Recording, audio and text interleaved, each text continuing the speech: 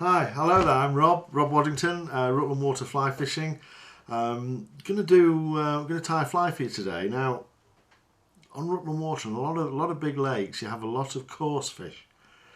And at the end of the year, the trout will actually hammer these coarse fish, and they'll come and attack them, as the seagulls will as well. There's a lot of floating, dead, dying, just twitching in the surface above the weed beds, floating fry, baby coarse fish.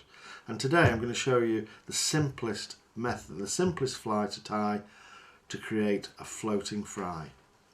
Okay, first of all, I've got a long hook on here, long shank lure hook, size 10 I think, and I'm just going to put a body on. Just wrap some of this Kevlar. I'm just picking this Kevlar thread because it seems to be the right colour for me today. I just didn't want a black thread on this. I wanted a thread that's fairly invisible. So I'm just going to tie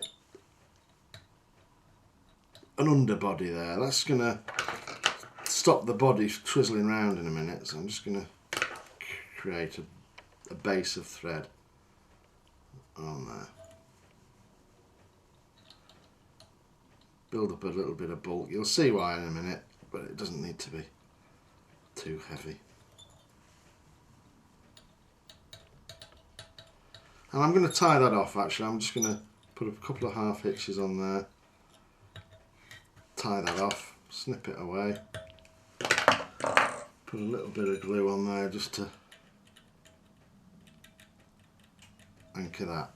Because I'm going to put the body on now. Now this is stuff called mylar, gold mylar I'm using. You can get pearl, holographic, all sorts of silver. Got a piece of string in the middle. I've taken that out very gently, and I can just thread that through on the hook there. And then I'm going to bind that in at the back here.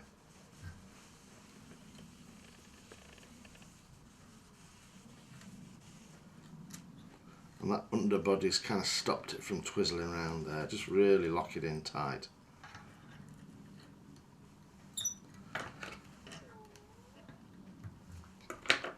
Now this is going to be a floating fry, so I'm going to use that as the tail there. I'm going to pull those bits of gold out in a minute.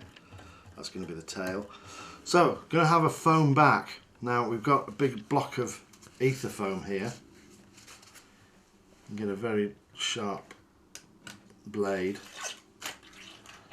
craft knife, and cut a little thin strip out of it. Oops, I've one that I've done earlier. Yeah. Just measure that up for size. Now, I'm going to do a little job on this. I'm just going to shape it with the blade. And at the end here, a bit long, I'm going to put like a little fish tail.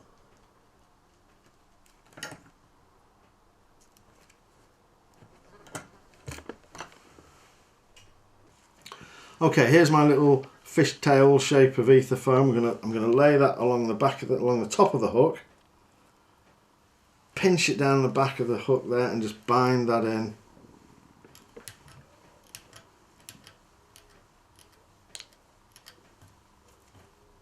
Nice and strongly, and then just again a couple of half hitches, 1, 2,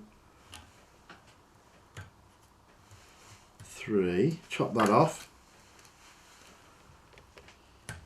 A little dab of super glue to lock that in, make sure that's not going to come off. And then we look at the head end now. That bit of gold's a bit too long, so I'm just going to chop it off a little bit.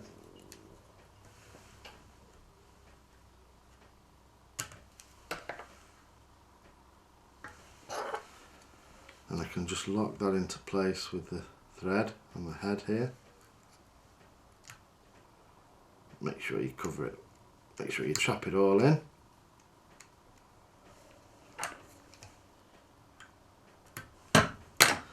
And then bring the foam head over on the back of the fly and then trap that in. And I can just...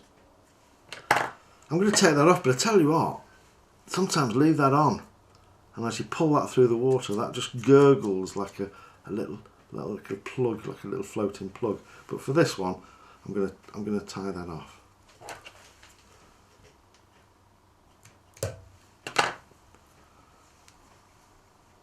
Build up that head. Whip finish.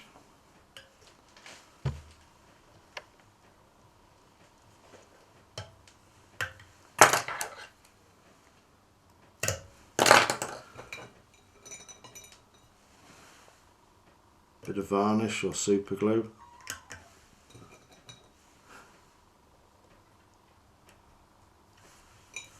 Now do you remember that bit of gold at the back? Let's just trim that off so it just creates like a little thin under there. And that, believe it or not, is one of the best fly fishing fry patterns that there is. Okay, that's a foam backed floating fry, very effective, but that's what it looks like to me and you. But this is what the fish see, because this is on the surface. They see that, just a silhouette of a fish, just twitched across the surface. Very, very effective. It's got the silhouette of the fish, and it looks like a stunned, dead, dying floating fry. And just wait for the bow wave to come up and grab it from the back. Foam floating fry.